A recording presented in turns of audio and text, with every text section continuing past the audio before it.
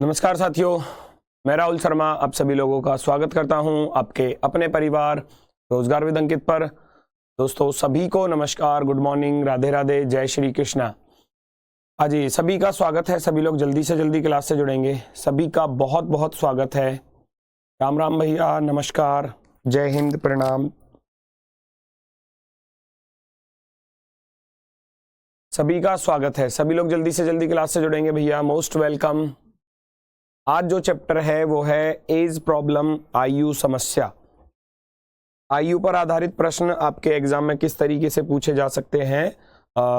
दो टाइप के क्वेश्चन ज्यादातर मैक्सिमम एग्जाम में बनते हैं। एक तो रेशियो वाले बनते हैं, और रेशियो वाले क्वेश्चंस जो हैं वो आपको दीपक भाटी सर अपनी क्लास में करा चुके हैं। ठीक है, रेशियो वाले जो क्वेश्चन होते हैं कि भाई राम और मोहन की आयु का अनुपात, वर्तमान अनुपात 3:4 है, 4 साल पहले ये इतना था और 5 साल बाद ये इतना हो जाएगा। तो कुछ इस तरीके के क्वेश्चन जो हैं वो दीपक भाटी सर करा चुके हैं अपनी क्लास में। अब उनसे अलग वाली जो टाइप है वो मैं इस क्लास में कराने जा रहा हूं। ठीक है, तो सभी का बहुत जोरदार तरीके से स्वागत है, बहुत जोरदार तरीके से भैया, नमस्कार, प्रणाम, राधे राधे, आ जाओ। और आज मैं लास्ट में आपको ये भी बताऊंगा क्लास के लास्ट में कि आपके इंपोर्टेंट्स चैप्टर कौन कौन से हैं जिन पर आपको पूरा फोकस करना होगा। सबसे ज्यादा टारगेट उन्हीं चैप्टरों को करना है। तो क्लास के लास्ट तक सभी लोग जुड़े रहना। मैं स्टार्ट करता हूं अपने क्वेश्चनों को। तो सबसे पहला क्वेश्चन ये है, जैसे कि एक नॉर्मल बेस पर क्वेश्चन आपसे पूछा जा सकता है कुछ इस तरीके का। इसमें क्या दिया गया है कि एक माता और उसकी बेटी की आयु का योग जो है वो 60 वर्ष है और उनके बीच आयु का अंतर 30 वर्ष है। तो ये मैथ का क्वेश्चन हो गया एक तरीके से, है ना, मैथ का क्वेश्चन हो गया। और इसमें क्या है कि जब दो संख्याओं का योग हमको मालूम हो और जो दो संख्याओं का अंतर मालूम हो, यदि उनका हमको सम मालूम हो, सम, है ना, और उनका डिफरेंस अगर हमें मालूम हो, यानी कि दो नंबर्स का अगर सम आपको पता है, उनका डिफरेंस आपको पता है, तो उनको जोड़कर आधा करेंगे तो बड़ी वाली संख्या आ जाती है और घटाकर आधा करते हैं तो छोटी वाली संख्या आ जाती है।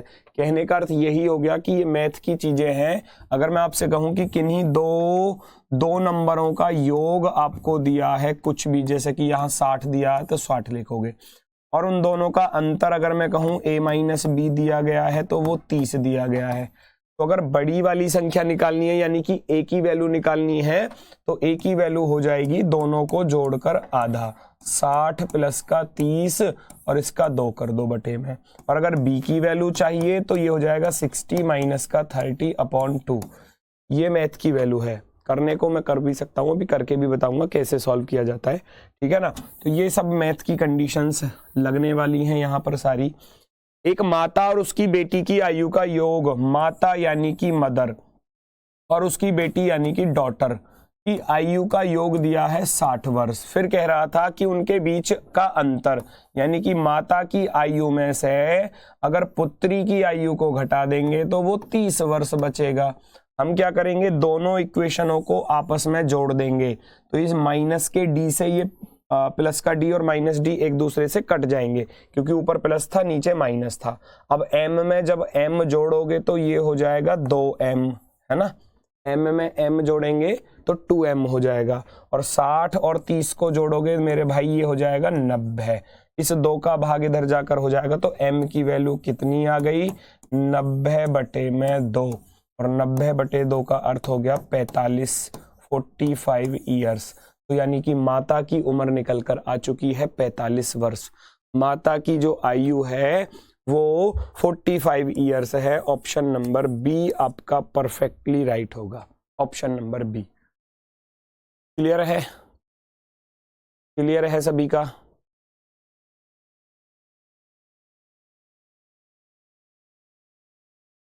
सर कल क्लास क्यों नहीं हुई? कल कौन है भैया, कल क्लास नहीं हुई? कल क्लास हुई थी, कौन कह रहा है नहीं हुई? पागल हो क्या? ऑप्शन नंबर बी इसका बिल्कुल राइट आंसर है। बढ़ते हैं नेक्स्ट की तरफ। अगला क्वेश्चन, राजू और उसके दादाजी की आयु में इस समय 65 साल का अंतर है और 10 वर्ष बाद उनकी आयु का योगफल इतना होगा, है ना। वॉइस का कुछ इशू है क्या? देखना भी जरा एक बार,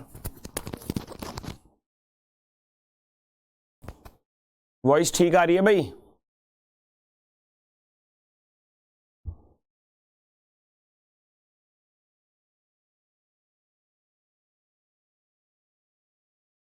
ये क्वेश्चन नहीं आते हैं। फिर वही बात है, मैं कब कह रहा हूं कि आप इनको पढ़ो, हैं? मैं तो आपकी ही फरमाइश पर इन क्वेश्चनों को लेकर आया हूं। मुझे भी पता है बहुत कम पूछे जाते हैं, ना के बराबर पूछे जाते हैं, लेकिन आ गया क्वेश्चन फिर क्या करोगे, है ना?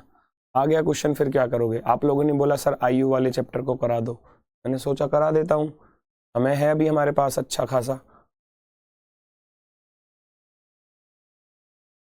चलो देखो जरा राजू और उसके दादाजी की आयु में 65 वर्ष का अंतर है। 10 वर्ष बाद, 10 वर्ष, देखो पहली बात तो ये कह रहा है कि उनकी आयु में 65 वर्ष का अंतर है।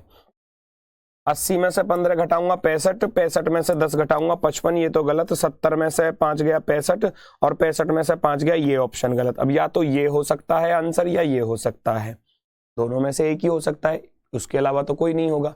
अब वो कह रहा था कितने साल बाद, 10 साल बाद उनकी आयु का योगफल 95 होगा। 95, 10 साल बाद भैया, 95 तो आज ही बन रहा है। ये आज कितना बन रहा है देखो 95, और 10 साल बाद देखूंगा तो 10 तो पिता की उम्र बढ़ेगी, 10 ही पुत्र की, दादा की बढ़ेगी उसकी, तो 95 और 20 भैया 9 2 11 115 बनेगा 10 साल बाद, क्योंकि 20 बढ़ेगा।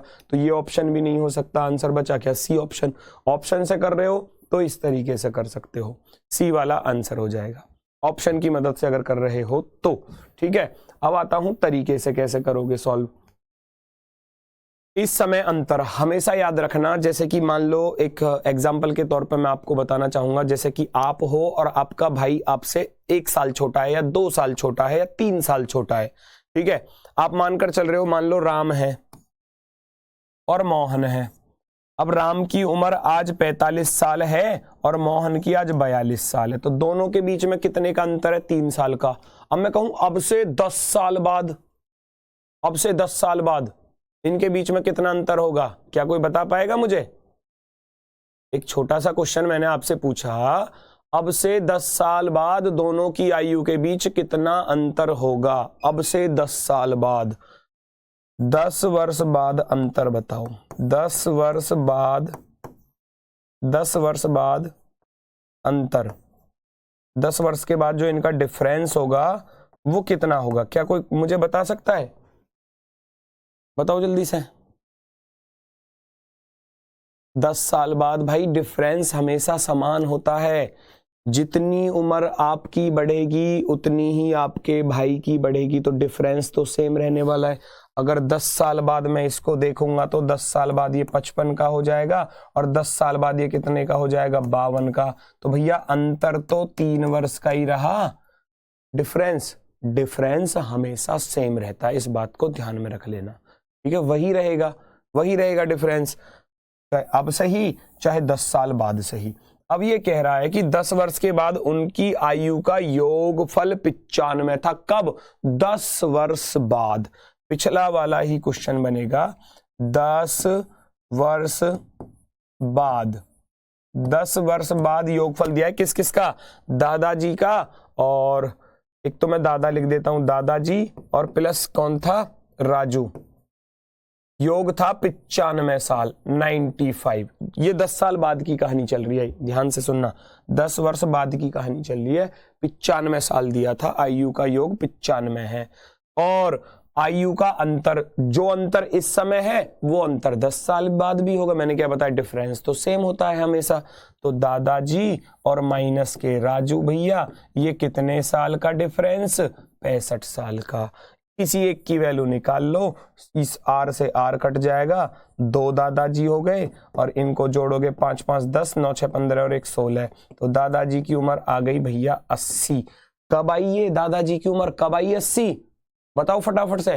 10 साल बाद। अगर 10 साल बाद दादाजी 80 के हैं तो आज दादाजी कितने के हैं? आज मैं आपसे कहूं 10 साल बाद दादाजी की उम्र 80 हो जाएगी, तो आज कितनी रही? आज तो 10 साल कम के हैं, तो आज दादाजी कितने के हैं भैया?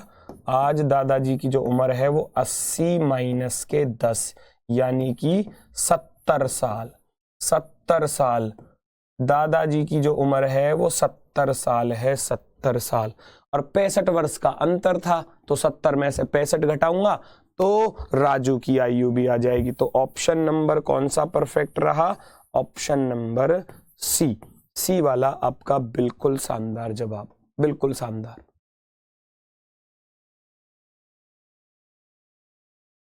कोई दिक्कत? 10 साल बाद दादाजी 80 के हैं, तो आज दादाजी कितने के होंगे? 80 में से 10 घटा दूंगा 70 के। आज तो 70 के बने ना, आज 70 के बने। Option number C perfectly right होगा, एकदम शानदार जवाब। नेक्स्ट पर आ जाओ, अगला प्रश्न। कविता, रजिया, हरिया की वर्तमान आयु का अनुपात इतना है, 8 वर्ष पहले इनकी आयु का योगफल 56 था।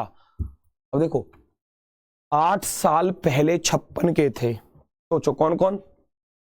कविता, रजिया और हरिया कितने थे? 56 साल के। 8 साल पहले, 8 साल पहले, ये 8 वर्ष पहले की बात कर रहा है, 8 वर्ष पूर्व, बिफोर 8 years, है ना। The ratio of the present ages of Kavita, Razia and Hariya is 479. 8 years ago, 8 years ago, the sum of their ages was 56. 56 साल था 8 साल पहले उनका योग, है ना। अब सोचो जब 8 साल पहले, तो 8 साल तो इसकी भी बढ़ेगी उम्र, 8 साल इसकी भी बढ़ेगी उम्र, 8 साल इसकी भी बढ़ेगी, तो तीनों में टोटल कितनी बढ़ोतरी हुई? 8 तिया 24। तो अगर मैं आज का योग निकाल दूं बेटा, आज का अगर इन तीनों का योग निकालूं, कविता प्लस रजिया प्लस हरिया, तो तीनों में कितने की बढ़ोतरी हुई? 8 8 16, 8 तिया 24, 24 की वृद्धि होगी, तो टोटल में 24 की वृद्धि होगी, टोटल में 24 की वृद्धि, क्योंकि वहां सम दिया था इनका तीनों का। और अब अगर कविता की उम्र मान लो 10 साल थी, तो 8 साल बाद 18 हो जाएगी, ये 15 की है तो 15 8 23 हो जाएगी, ये 17 की है तो 17 8 25 हो जाएगी, वो 8 8 जुड़ जाएगा, टोटल में कितना जुड़ेगा? 8 तिया 24, और 56 और 24 को जोड़ेंगे तो 6 4 10, ये हो गया 80। आज इनकी जो उम्र है वो 80 साल है, और रेशियो आपको दिया गया था 4:7:9, 4 7 और 9 का रेशियो दिया गया था। इस रेशियो में इसको बांटना था, कविता, रजिया और हरिया। 9 7 16 और 4, 9 7 16 और 4 20, 20 पॉइंट की वैल्यू दी गई है 80, तो 1 पॉइंट की वैल्यू निकल कर कितनी आ जाएगी? 4।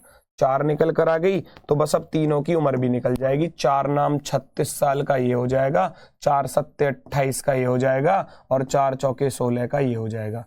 16 28 और 36, 16 28 और 36 बिल्कुल परफेक्टली राइट आंसर होगा, 16 28 और 36, option number B, option number B, 16 28 और 36।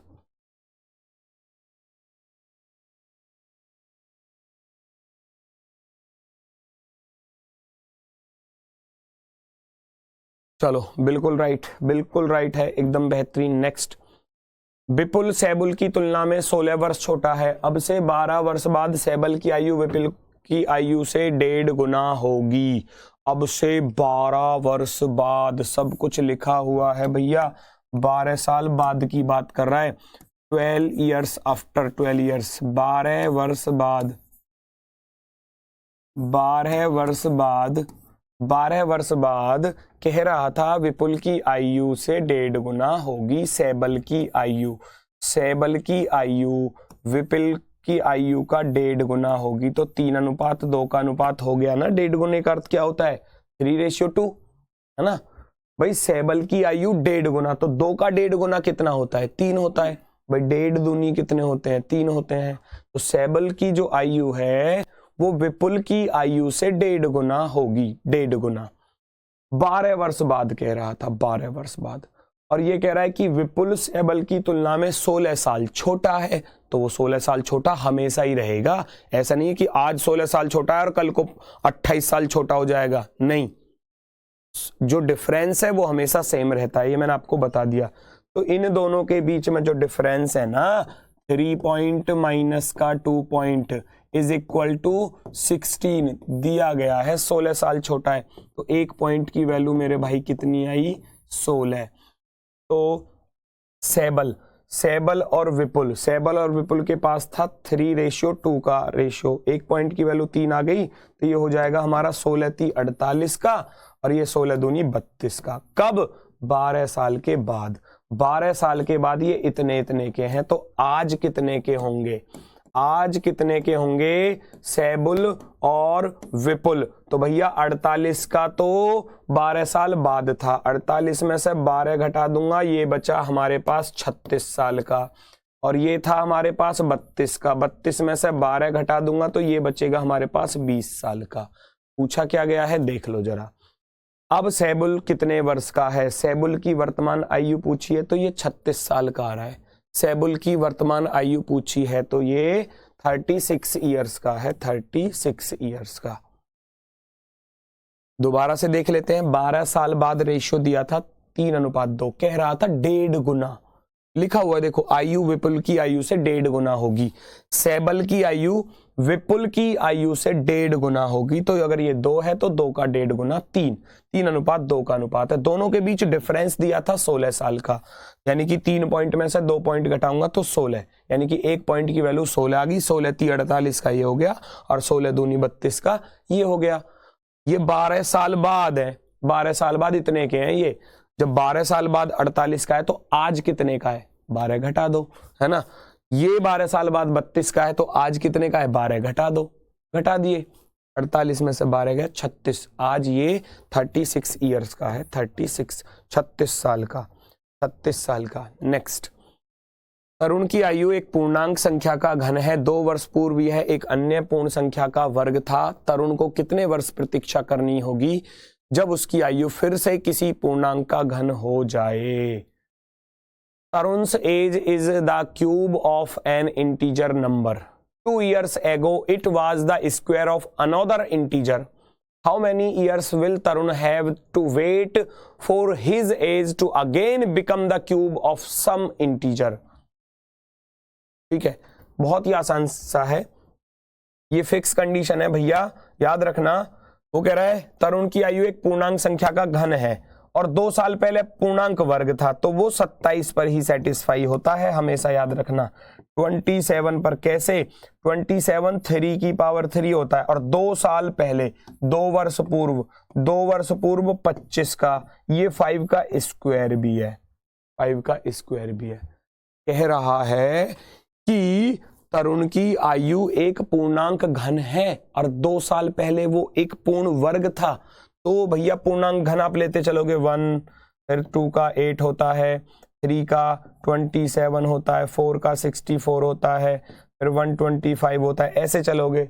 2 साल पहले वो पूर्णांक वर्ग भी था, अब ये तो हो नहीं सकता, 2 साल घटाऊंगा 6, ये भी किसी का वर्ग नहीं है, 27 में से 2 घटाऊंगा 25, ये 5 का वर्ग है। तो सेटिस्फाई यहां हो रही है, कंडीशन सेटिस्फाई यहां पर हो रही है, तो आप इसको रख दीजिए फटाफट से। ठीक है, 27, आज ये 27 साल का है जो 3 का क्यूब है। 2 साल पहले वो 5 का वर्ग था, 2 वर्ष पूर्व यह एक अन्य पूर्ण का वर्ग था, है ना। अब कह रहा है कितने साल प्रतीक्षा करनी होगी कि फिर से वो पूर्ण घन हो जाए, परफेक्ट क्यूब हो जाए, कितने वर्ष प्रतीक्षा करनी पड़ेगी? भैया 3 का घन है, अगला तो 4 का ही आएगा, और 4 का होता है 64, तो 27 से 64 पर जाना है, 27 से 64 पर जाना है, तो उसे कितनी प्रतीक्षा करनी पड़ेगी? तो 64 से 27 को माइनस कर देना, कितना बचेगा? 7 बचा इधर, 7 और 5 में से 2 गया, 37 साल अभी और उसको वेट करना पड़ेगा। 37 ईयर्स उसको अभी और वेट करना पड़ेगा। ठीक है,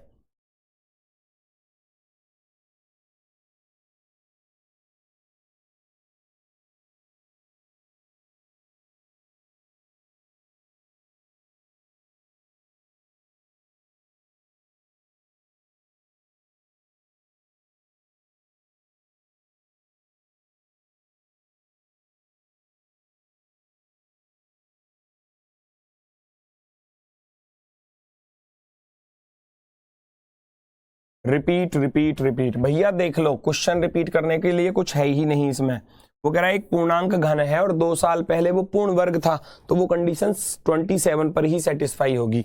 27 3 का क्यूब है ना, और 2 साल घटाऊंगा, 27 में से 2 घटाऊंगा, 25 5 का स्क्वायर है। वो यहीं पर सेटिस्फाई हो रहा है एकमात्र, बस, ठीक है, एकमात्र यहीं पर सेटिस्फाई हो रहा है। तो वो कह रहा है कि उसको कितने साल और वेट करना पड़ेगा ताकि वो दोबारा से परफेक्ट क्यूब हो जाए। तो 3 के बाद तो 4 का ही क्यूब आता है ना, बीच में तो और किसी का आएगा नहीं, तो 3 के बाद 4 का आता है, तो 4 का क्यूब होता है 64, 64, और 64 से 27 को माइनस करोगे 37 आंसर आ जाएगा, 37। नेक्स्ट, एक पिता की आयु उसके पुत्र की आयु की 9 गुनी थी तथा माता की आयु पुत्र की आयु से 8 गुनी थी। यदि पिता की आयु और माता की आयु का योगफल 51 वर्ष है तो तब पुत्र की आयु क्या है?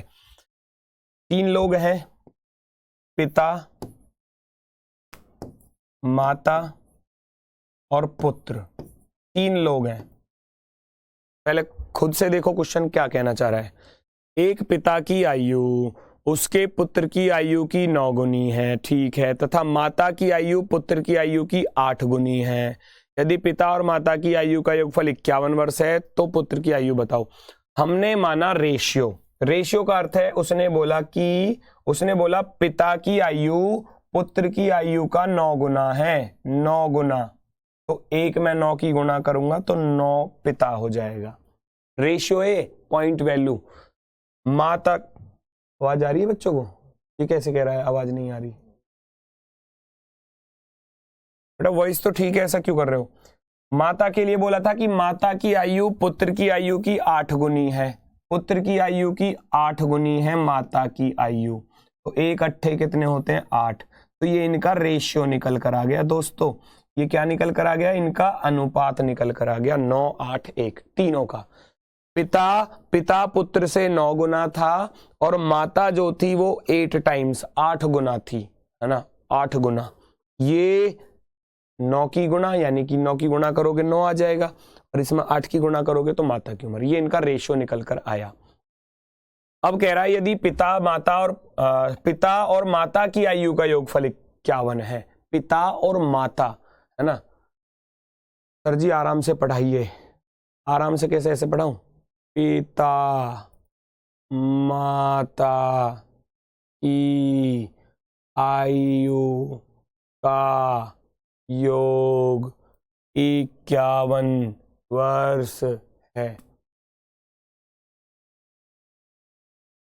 भाई आधे घंटे में 5 सवाल हुए हैं और इससे क्या आराम से पढ़ाऊं भैया, ये तो बता दो।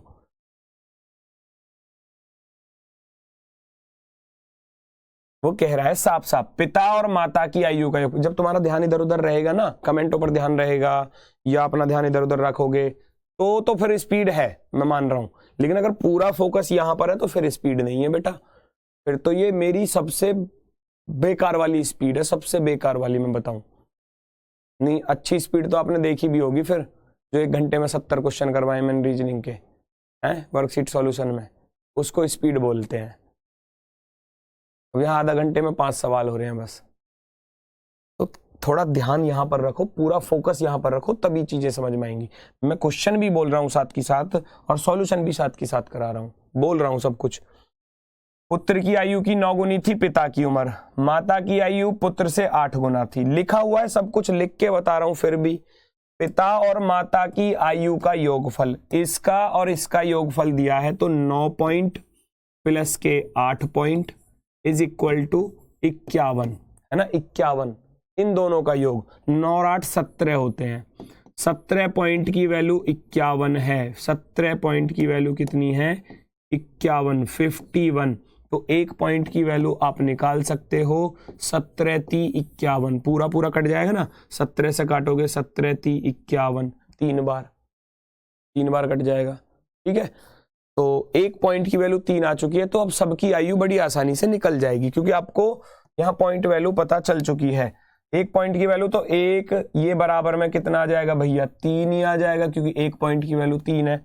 ये कितने के बराबर आ जाएगा? ये 8 तिया 24 आ जाएगा, 8 तिया 24।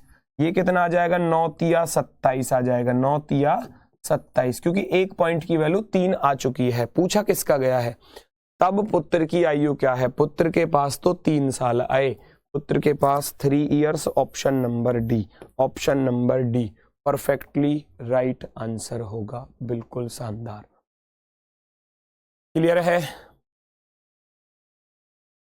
अब ये जो ये कहते हैं कि सर दोबारा बता दो, एक क्वेश्चन को दो बार मैं साथ के साथ बताकर खुद ही चल रहा हूं, अगर फिर भी समझ में नहीं आ रहा है ना तो फिर आपको दोबारा से क्लास देखनी पड़ेगी। और क्या है फिर, है ऑनलाइन का यही फायदा है बस, और क्या फायदा है।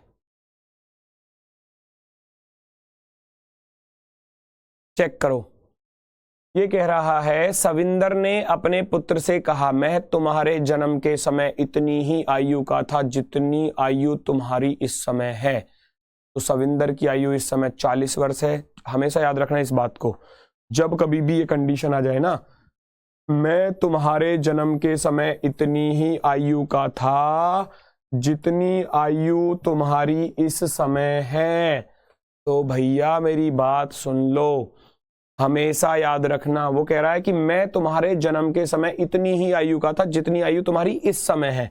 सविंदर ने अपने पुत्र से कहा, मान लिया जाए पुत्र की आयु इस समय कितनी है दोस्तों, x, अपनी तरफ से कुछ भी मान लो, x, y, z, a, b, c, कुछ भी, है ना। पुत्र x साल का है, कब, आज पुत्र, आप कुछ भी मान लो, 10, 20, 30, 40, 50, 60, 70, 80, अपने पास से कुछ भी मान लो, लेकिन आपको तो एज निकालनी है, तो इसलिए मैं इसको x मानकर चल रहा हूं, ठीक है ना।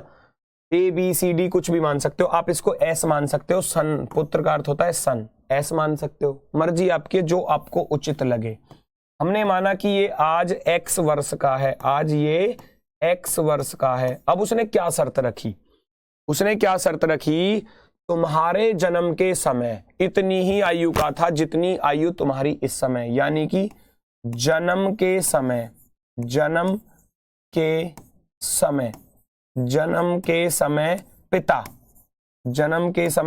पिता कौन था, सविंदर। पिता कौन सविंदर कह रहा था कि मैं तुम्हारे जन्म के समय तुम्हारी आज की उम्र का था, यानी कि यहां x वर्ष का है पिता। कितने वर्ष का है, x वर्ष का। कोई दिक्कत, यहां तक बता दो मुझे। अब अगर मैं नंबर पर मानना चाहूं इस चीज को, नंबर पर कैसे मानना चाहूं, मान लो मैं कहने लगूं भाई ये आज 40 तो दी है, खैर मैं यहां कुछ भी मान लेता हूं, मान लो हमने मान लिया 70। ध्यान से सुनना, पुत्र आज 70 साल का है, और फिर बोल रहा था जन्म के समय पिता जो है वो भी 70 साल का था, तो ये 70 साल का है। ध्यान से सुनना बात को, तो पिता की आज कितनी हो जाएगी उम्र, भाई जब पुत्र 70 साल का हो गया तो पिता की भी तो 70 साल बढ़ जाएगी, 70 और 70 140, 70 और 70 140 हो जाएगी। तो इसका अर्थ है अगर मुझे पिता को यहां से यहां पहुंचाना है, आज पिता है ना, आज पिता, वर्तमान में जो पिता होगा वो कितने का होगा भाई, पुत्र की आयु जुड़ जाएगी उसमें, क्योंकि जितना पुत्र बड़ा होगा उतना ही पिता भी बड़ा होगा, है ना भाई। ये जन्म के समय है पिता, और पुत्र की इतनी है। पुत्र अगर 10 साल का है तो इसकी भी 10 साल बढ़ेगी ही बढ़ेगी, ये समझ लो। तो x प्लस x, आज पिता कितने का हो जाएगा, x जन्म के समय पिता और वर्तमान समय में पुत्र, दोनों मिलाकर कितने हो गए, 2x हो गए, 2x। यदि सविंदर की आयु इस समय 40 वर्ष है, इस समय सविंदर जो दिया है 2x की वैल्यू अगर आपको 40 दी है तो x की वैल्यू कितनी हो जाएगी, 20 साल। ये तो मैंने समझाने के लिए आपको बता दिया, पुत्र 20 साल का है, लेकिन याद रखना इस बात को, कभी भी कहीं भी ये सेंटेंस अगर आपको दिखाई दे या जी मैं तुम्हारे जन्म के समय उतनी ही आयु का था जितनी तुम्हारी आज है, हमेशा याद रखना दुगने का अंतर होता है पिता और पुत्र में हमेशा दुगने का अंतर होता है। तो 40 अगर पिता है तो पुत्र 20 का होगा ही होगा, कह रहा है उसके पुत्र की आयु 5 साल पहले कितनी थी, पुत्र की आयु कह रहा है What was the age of his son 5 years ago? 5 years ago, 5 साल पहले पुत्र, 5 वर्ष पूर्व, 5 साल पहले पुत्र कितने का होगा? अगर पुत्र आज 20 का है तो 5 साल पहले तो भैया 15 का होगा ना, 15 ईयर्स। तो आंसर ये वाला ऑप्शन राइट हो जाएगा, ये वाला ऑप्शन परफेक्टली राइट होगा। 15 साल वाले स्टूडेंट बिल्कुल राइट है। एकदम शानदार जवाब, बिल्कुल शानदार, बिल्कुल बेहतरीन। चलो अब इसी की तर्ज पर एक क्वेश्चन और है, मैं देख लूं वो कहां पर है। इसी की तर्ज पे एक क्वेश्चन और है, तो पहले उसको करा दिया जाता है, उसके बाद कराऊंगा।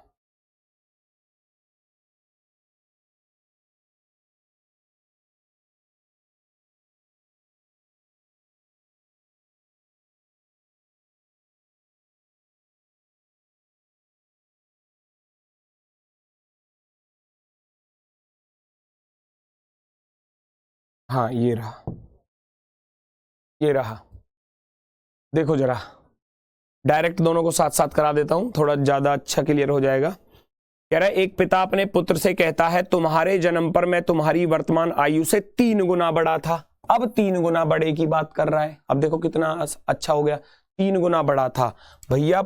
आज आप लिखोगे इसी तरीके से जैसे उस क्वेश्चन में लिखा, आज पुत्र x वर्ष का है, x वर्ष का है ना। जन्म के समय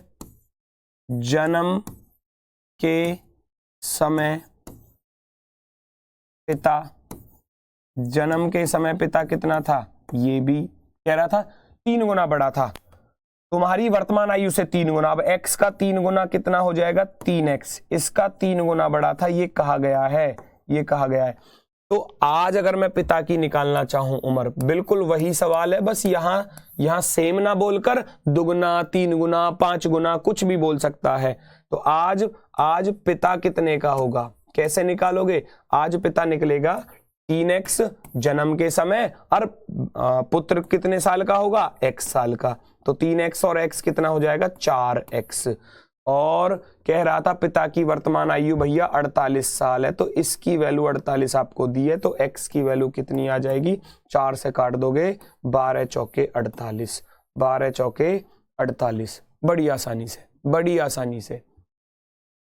4 साल पूर्व पुत्र की आयु कितनी थी? जब x 12 का आ गया, जब पुत्र की उम्र 12 साल आ गई, पुत्र की उम्र अगर 12 साल आ गई, कब? आज की। तो भैया 4 साल पहले, चार था कितना? हाँ 4 साल पहले कितने का होगा? 4 वर्ष पूर्व पुत्र, 4 साल पहले पुत्र कितने का होगा? आप घटा दोगे, 12 माइनस के 4 यानी कि 8 ईयर्स, 8 साल का होगा। बिल्कुल सेम वही क्वेश्चन था, बस यहां सेम ना बोलकर यहां 3 गुना बोला गया था। बिल्कुल वही क्वेश्चन है जो अभी ऊपर कराया। दिया जा सकता है 3 गुना, 4 गुना, 5 गुना, 6 गुना, कुछ भी। वहां बोल रहा था कि मैं तुम्हारे जन्म के समय, है ना, तुम्हारी आज की उम्र का था, तो दोनों बराबर थे। अब कह रहा है ये कह रहा है पिता अपने पुत्र से कहता है कि तुम्हारे जन्म पर मैं तुम्हारी वर्तमान आयु से 3 गुना बड़ा था, वर्तमान आयु से 3 गुना बड़ा। तो x है तो ये 3x होगा, 3x। तो यहां से और यहां तक जाना है, यानी कि पिता को यहां से आज पर आना है, तो पुत्र की आयु उसमें जोड़नी पड़ेगी। 3x प्लस का x हो जाएगा 4x। आज पिता दिया है 48 साल का, x की वैल्यू 12 चौके 48, 12 यानी कि पुत्र आज 12 साल का है, और पुत्र 4 साल पहले कितने का होगा? 12 में से 4 घटा दोगे 8 साल, 12 में से 4 घटा दोगे 8 साल। Perfectly right answer. नेक्स्ट, इसको मुझे कराने की जरूरत है नहीं क्योंकि आप लोग समझदार हो, आप लोग शायद मुझे लगता है एवरेज चैप्टर कर चुके हो, है ना। मैथ में एवरेज चैप्टर कर लिया क्या? मुझे बताओ पहले। एवरेज चैप्टर अगर कर लिया है तो ये एवरेज का ही क्वेश्चन है बेटा, अगर नहीं किया है तो फिर मैं बता देता हूं थोड़ा सा। बताओ फटाफट से। एवरेज चैप्टर का क्वेश्चन है, वो कह रहा है 35 विद्यार्थियों की कक्षा में विद्यार्थियों की औसत आयु 17 वर्ष है, उस कक्षा के कक्षा शिक्षक तथा विद्यार्थियों की औसत आयु 18 वर्ष है। सोचो, एक औसत का फॉर्मूला होता है, मैं यहां लिख देता हूं। औसत का फॉर्मूला क्या होता है बेटा? औसत का फॉर्मूला होता है योग बटे संख्या, पदों का योग बटे पदों की संख्या, योग बटे संख्या, ये होता है इसका फॉर्मूला, है ना। पदों का योग बटे पदों की संख्या। एवरेज जो होता है, एवरेज होता है सम बटे नंबर, है ना, नंबर, संख्या, ये फॉर्मूला होता है। नहीं किया, चलो कोई दिक्कत नहीं है, तो मैं फिर थोड़ा सा और डीपली बता देता हूं।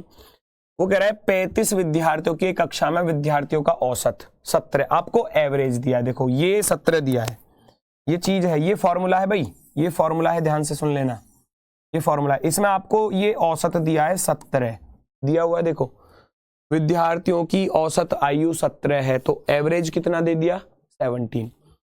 विद्यार्थी कितने थे मेरे भाई, विद्यार्थी थे 35, यानी कि नंबर आपको दिया है 35। आपको निकालना क्या रह गया, योग, सम, सम निकालना है आपको। तो सम निकालने के लिए क्या करोगे, ये 35 इधर आकर गुणा में आ जाएगा, तो यहां से एक योग का फॉर्मूला निकल कर आ जाता है। योग बराबर होता है औसत गुणा संख्या, औसत, औसत गुणा संख्या, ये होता है योग का फॉर्मूला, योग का फॉर्मूला। तो भैया यहाँ 35 विद्यार्थियों का एवरेज 17 दिया था, तो मैं योग निकाल लूंगा, तो योग निकल कर कितना आ जाएगा भाई मेरे, योग निकल कर आ जाएगा, गुणा कर दो, 35 गुणा 17, 35 35 इंटू 17, योग कर दूंगा।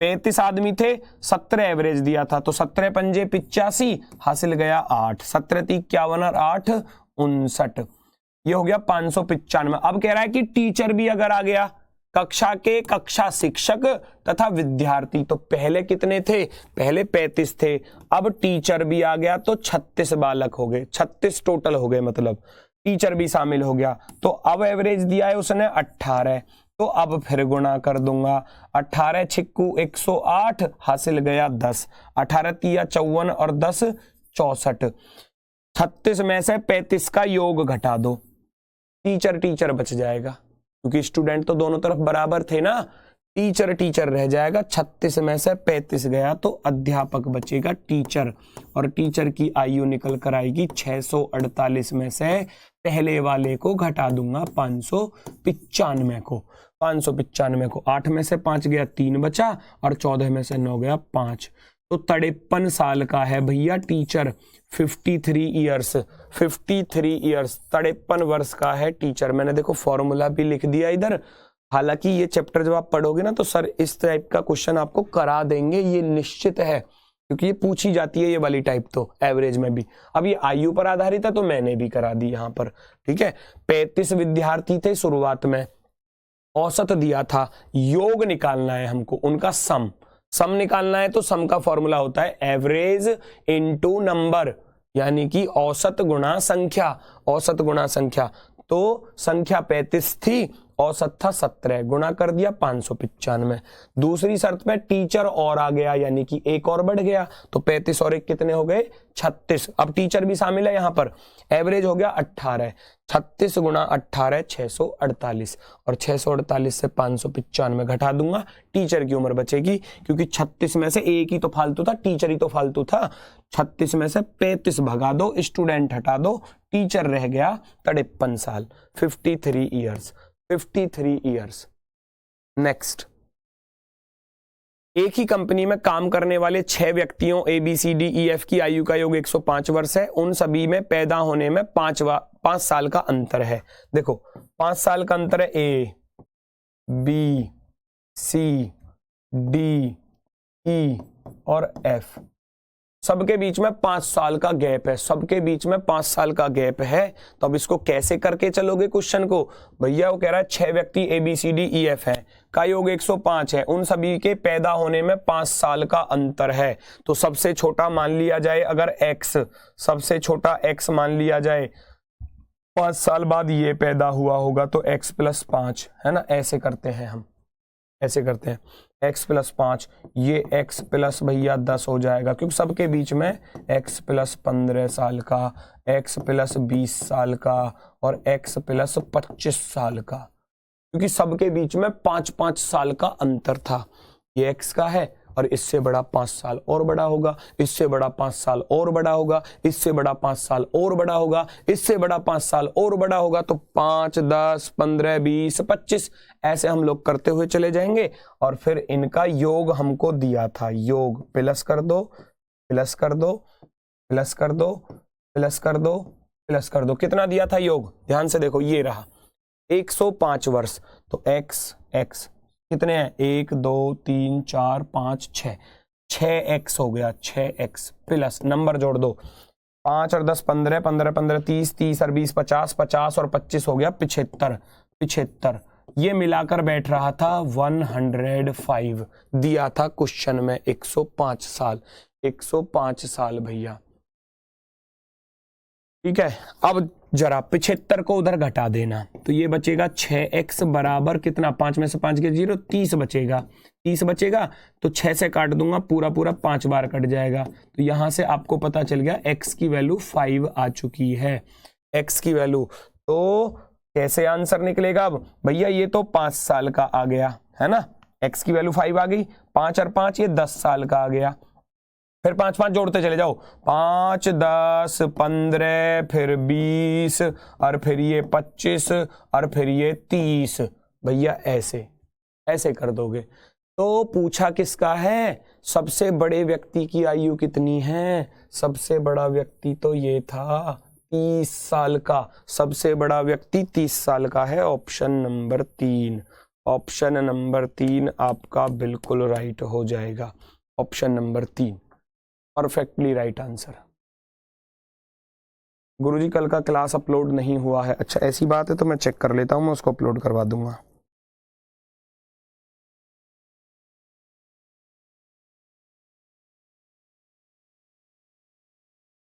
नेक्स्ट क्वेश्चन आप देखो इतने। नेक्स्ट क्वेश्चन क्या कह रहा है?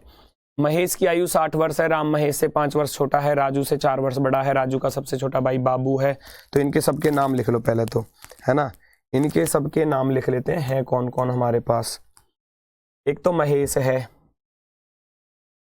बड़ा आसान है, इसमें कुछ नहीं करना, कैलकुलेशन कुछ नहीं है, बस ऐसे ही जोड़ना घटाना है। अर्थमेटिकल रीजनिंग हो तो रही है बेटा अपलोड है, क्लास है, पीडीएफ भी है उसकी। वर्कशीट मैंने इसलिए नहीं दी क्योंकि वो इंपॉर्टेंट है नहीं, मैं इंपॉर्टेंट बता दूंगा आज कौन कौन से चैप्टर आपके इंपॉर्टेंट है। महेश है, फिर राम है, राम के बाद फिर राम के बाद राजू है, राजू, और राजू के बाद फिर एक और है बाबू। ये 4 लोग थे, ये 4 लोग थे। इनमें क्या चीज कॉमन है ये देखो बस। महेश की आयु 60 वर्ष है, तो महेश की आयु आपको 60 साल दे दी, 60 ईयर्स। महेश हैं 60 साल के।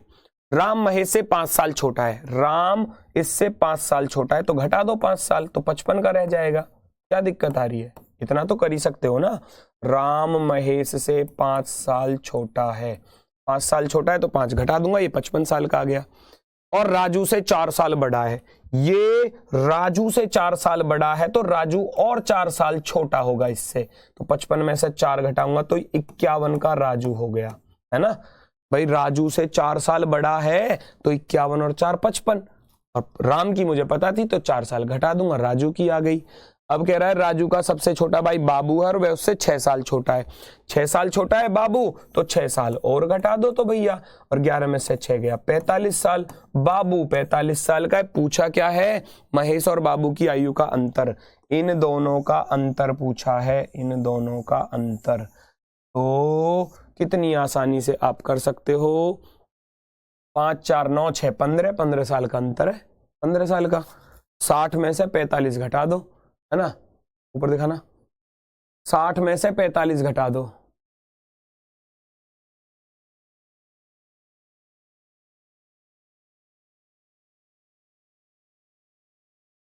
और आपने धक्का दिया आपकी क्लास में, वो वीडियो आपने काटा क्यों? मतलब क्या कह रहे हो भाई? ऊपर दिखाना थोड़ा सा, नीचे चलो।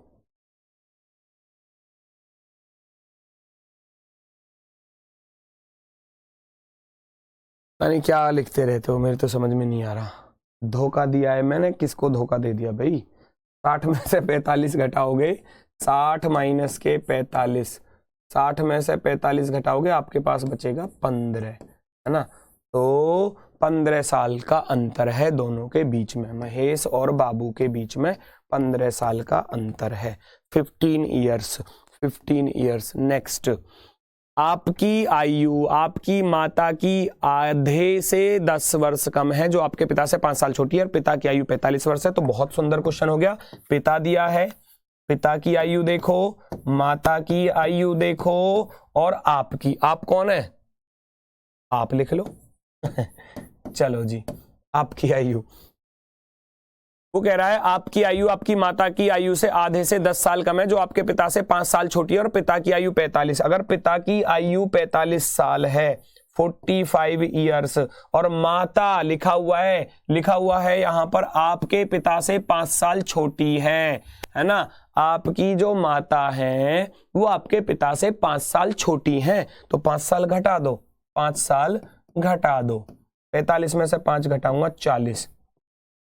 और कह रहा था आपकी माता की आयु के आधे से 10 साल कम है आपकी उम्र, आधे से 10 साल कम, आधे से 10 साल कम का अर्थ हो गया 1/2 माइनस का 10, 1/2 माइनस का 10, आधे से 10 साल कम, यानी कि 40 का आधा, माता की आयु का आधा, और उससे भी 10 साल कम है आपकी आयु, तो 40 का आधा 20 हो जाएगा, और 20 में से 10 घटाओगे तो भैया 10 साल के ही बचे आप। तो आप कितने साल के बचे, 10 साल के, है ना, 10 साल। और आपने धोखा दिया है उसे, धनंजय वर्मा। वह मैंने किसे धोखा दे दिया, हे प्रभु, इन जीवधारियों को थोड़ा सा ज्ञान दो, पढ़ लो। आपकी आयु माता की आयु के आधे यानी कि हाफ से भी 10 ईयर्स कम है, तो 10 साल कम थी, 40 का आधा 20, 20 में से 10 घटाऊंगा तो 10 साल, 10 साल। ऑप्शन नंबर सी बिल्कुल राइट। ऊपर दिखाना, एक क्वेश्चन था, कमेंट था ये,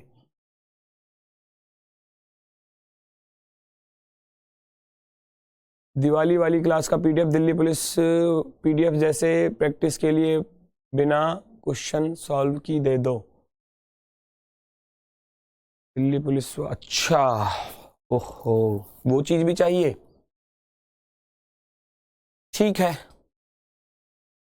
डाल दी जाएगी, जो कहोगे वो मिल जाएगा।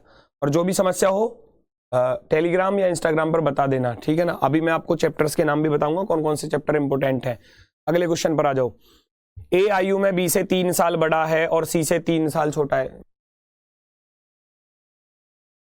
ए आयु में बी से 3 साल बड़ा है और सी से 3 साल छोटा है। देखो ए जो है, ए रख लिया यहां पर, ए बी से 3 साल बड़ा है, ए जो है वो बी से 3 साल बड़ा है, बी से 3 साल बड़ा है प्लस के 3, ठीक। और सी से 3 साल छोटा है, सी से 3 साल छोटा है -3, ऐसे ही तो कह रहा है भैया। तो आप इसकी आयु कुछ भी मान लो अपनी तरफ से, क्योंकि पूछी नहीं है आयु, है ना, बस ये पूछा है कितना छोटा या बड़ा है। मान लिया जाए मैं इसको 20 साल का मान लेता हूं, सोचो मैं इसको अपनी तरफ से मान रहा हूं 20 साल का, बी से 3 साल बड़ा है तो ये 17 साल का हुआ, 17 3 20, है ना। सी से 3 साल छोटा है तो ये 23 साल का हुआ। कोई दिक्कत, कोई समस्या किसी को यहां तक, है ना, कुछ भी मान लो यहां पर।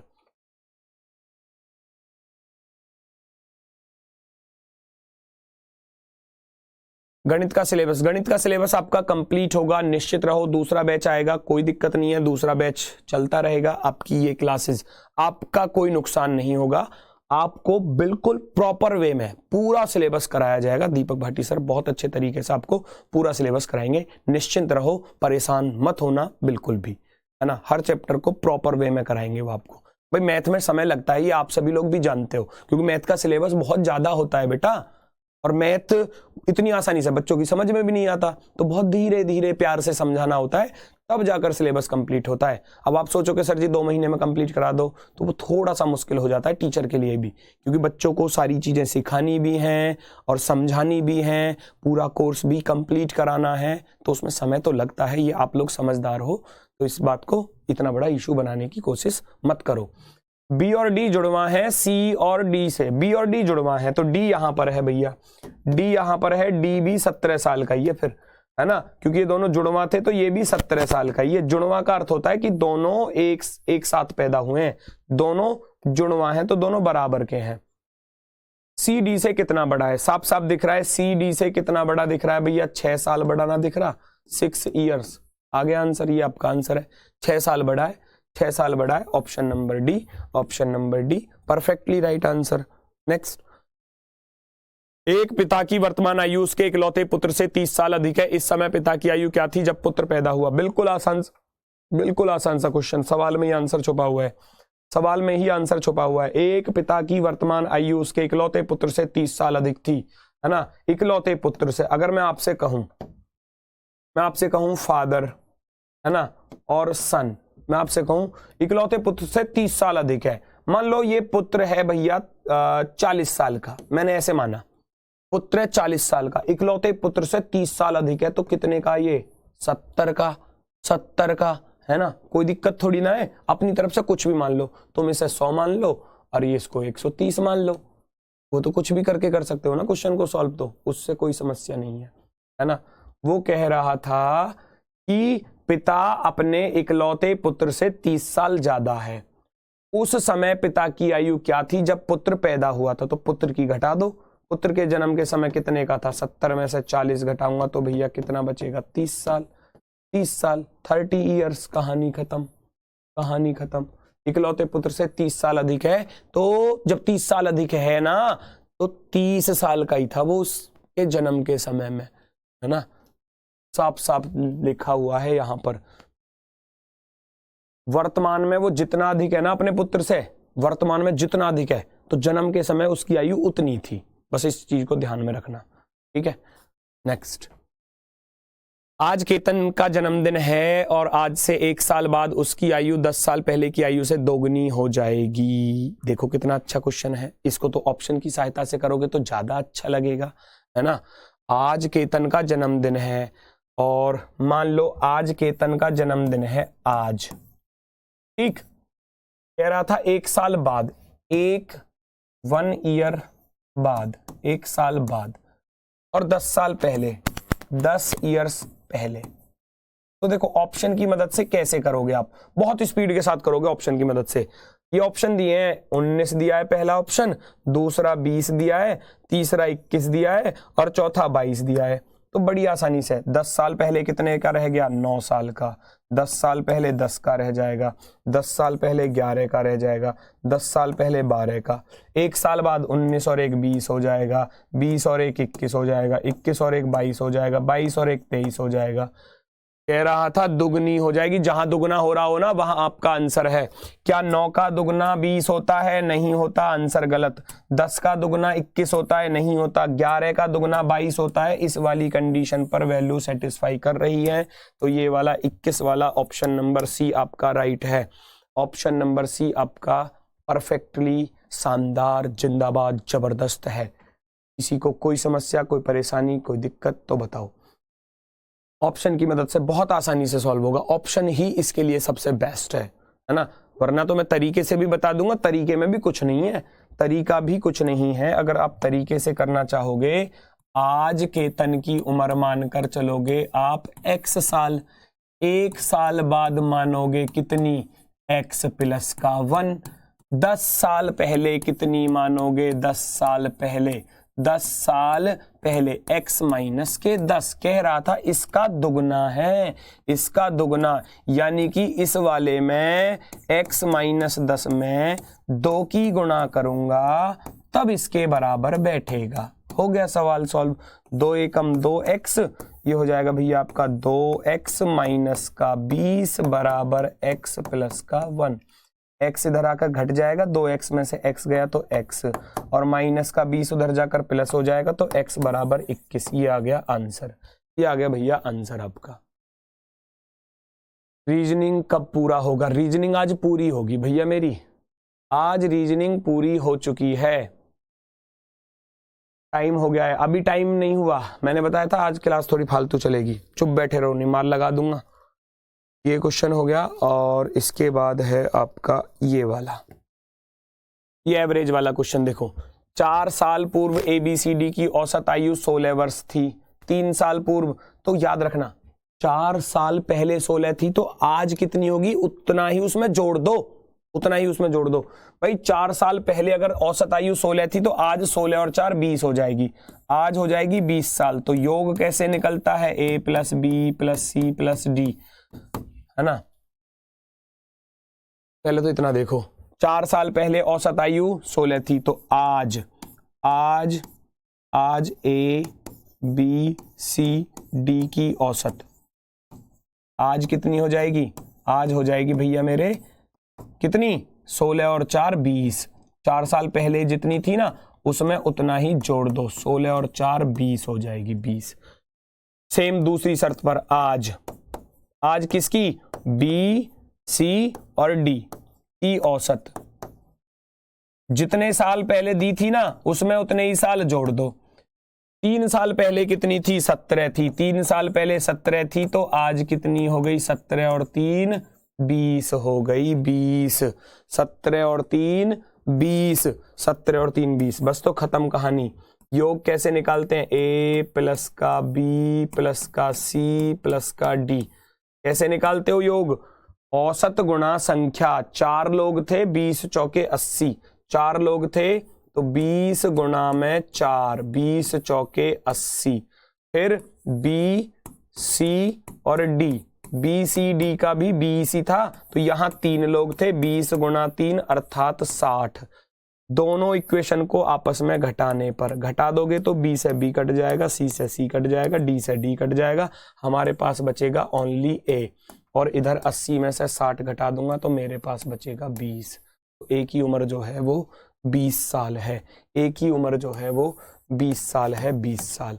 ठीक है, चलो अब मैं चैप्टर्स के बारे में आपको बता देता हूं, जिसको ये क्वेश्चन करना है वो कर लेना आराम से, तसल्ली पूर्वक सॉल्व। क्योंकि 4 साल पहले औसत 16 थी तो आज हो जाएगी 16 4 20 एवरेज। 3 साल पहले 17 थी तो आज हो जाएगी 17 3 20। 4 लोगों का औसत दिया है 20, योग कैसे निकलता है 20 गुणा 4, है ना, 20 चौके 80। 3 लोगों का औसत दिया है 20 तो योग निकलेगा 20 तिया 60, 80 में से 60 घटा दो 20 आ जाएगा आंसर। अब बात आती है भैया आपके इंपोर्टेंट चैप्टर जो हैं, जिनके बारे में मैंने आपसे बोला था इंपोर्टेंट चैप्टर कौन कौन से हैं। मोस्ट इंपोर्टेंट चैप्टर जिनको आपको अच्छे तरीके से पढ़ना ही पढ़ना है ना, वो मैं यहाँ पर नाम लिख रहा हूं। तो आपसे रिक्वेस्ट है इन चैप्टरों को बिल्कुल हल्के में मत लेना, जिनका मैं यहाँ नाम लिखने जा रहा हूं। ठीक है, पहले मैं वर्बल की बात बता देता हूं। वर्बल रीजनिंग में आपको किन चैप्टरों पर सबसे ज्यादा ध्यान देना है, सबसे ज्यादा ध्यान किन चैप्टरों पर देना है, ये इंपोर्टेंट है, मोस्ट इंपोर्टेंट। ये चैप्टर कर लोगे 20 में से 20 करके आ जाओगे, याद रख लेना।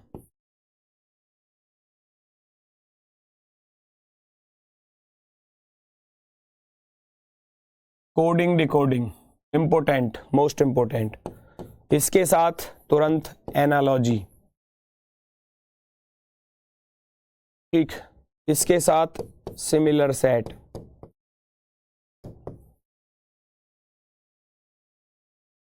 ठीक, उसके साथ सीरीज। अब सीरीज में तीनों चीज आ गई बेटा, सीरीज में तीनों चीज कैसे कैसे, नंबर सीरीज भी, नंबर भी, अल्फाबेट भी, अल्फाबेट और रिपीटेड, रिपीटेड सीरीज, तीनों को पढ़ लेना सीरीज में, है ना, ये इंपोर्टेंट है। कोडिंग डिकोडिंग हो गई, एनालॉजी हो गई, सिमिलर सेट हो गया, सीरीज हो गया, ये अभी वर्बल रीजनिंग के ही चल रहे हैं इंपोर्टेंट चैप्टर। ठीक है, उसके बाद अगर मैं बात करता हूं, उसके बाद मोस्ट इंपोर्टेंट चैप्टर आ जाता है blood relation. Blood relation, blood relation के बाद तुरंत आ जाता है आपका मैथमेटिकल ऑपरेशन, ये इंपोर्टेंट है।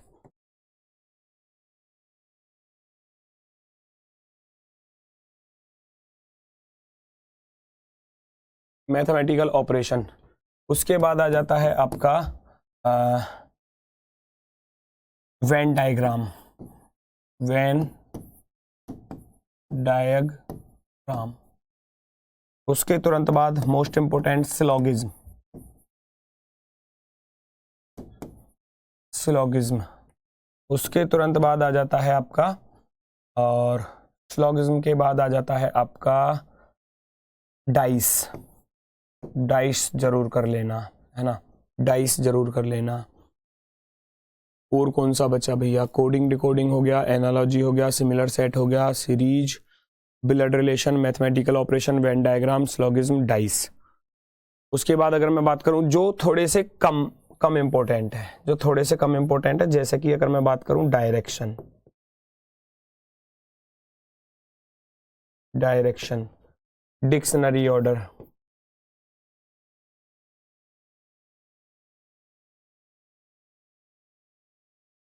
अच्छा इसमें इंपॉर्टेंट और रह गए भाई, अभी इंपॉर्टेंट तो रह गए, यहां लिख देता हूं थोड़ा सा। ये सिटिंग अरेंजमेंट, ऑर्डर सीक्वेंस और sitting arrangement, order sequence,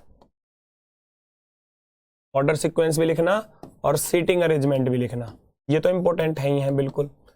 seating arrangement,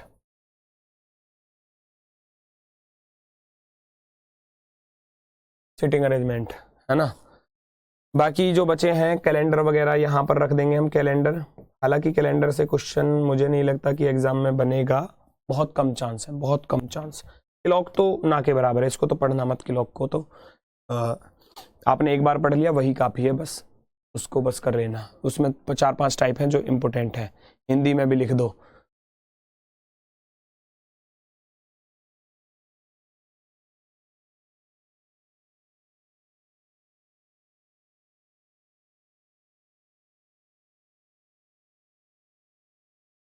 क्या बताऊं अब, रहने दो अब तुम, बस इतना मजाक ठीक नहीं है। ये तो हो गया वर्बल का काम, जो मोस्ट इंपोर्टेंट चीजें हैं ना वर्बल की, ये मोस्ट इंपोर्टेंट चीजें हैं बेटा। कोडिंग डिकोडिंग से क्वेश्चन बनेंगे 2 क्वेश्चन मान लेना, मैं बताकर चल रहा हूं लगभग देखना जरा।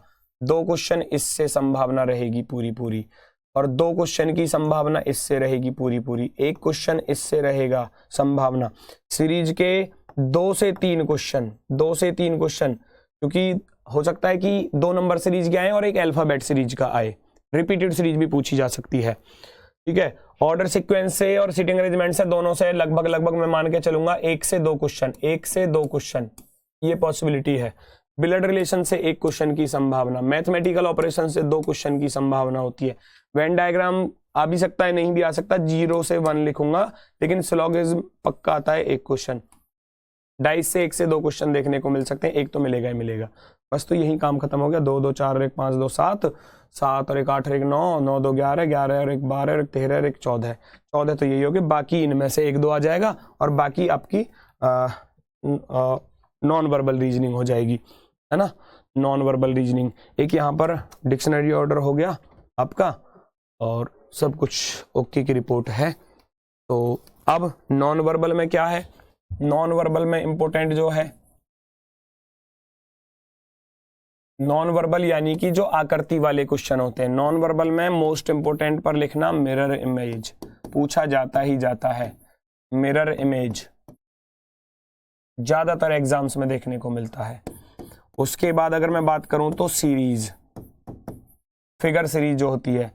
उसके बाद मैं बात करूं हिडन फिगर, हिडन छिपी आकृति, हिडन फिगर, है ना। और उसके बाद अगर मैं बात करूं आपकी फोल्डिंग और cutting, paper folding and cutting, paper folding and cutting, और एक लास्ट इंपोर्टेंट फिगर कंप्लीशन।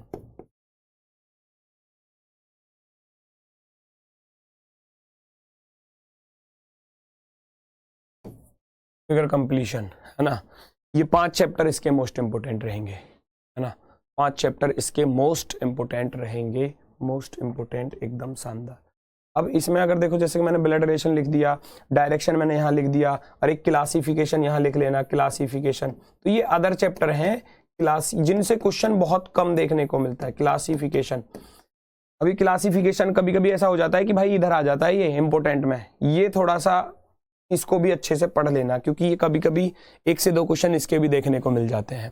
ठीक है, चलो, तो आपसे अब मेरी रिक्वेस्ट रहेगी कि आप इन चैप्टर्स को एक बार थोड़ा सा और बारीकी से अच्छे तरीके से रिवाइज करना, शानदार तरीके से।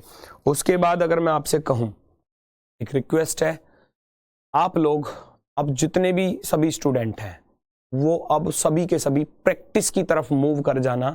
प्रैक्टिस अब आपको इतनी करनी है, चाहे वो प्रीवियस ईयर हो, चाहे वो एसएससी के किसी भी एग्जाम्स के हों। प्रैक्टिस सेट आगे आने वाले समय में प्रैक्टिस सेट मैं कराऊंगा।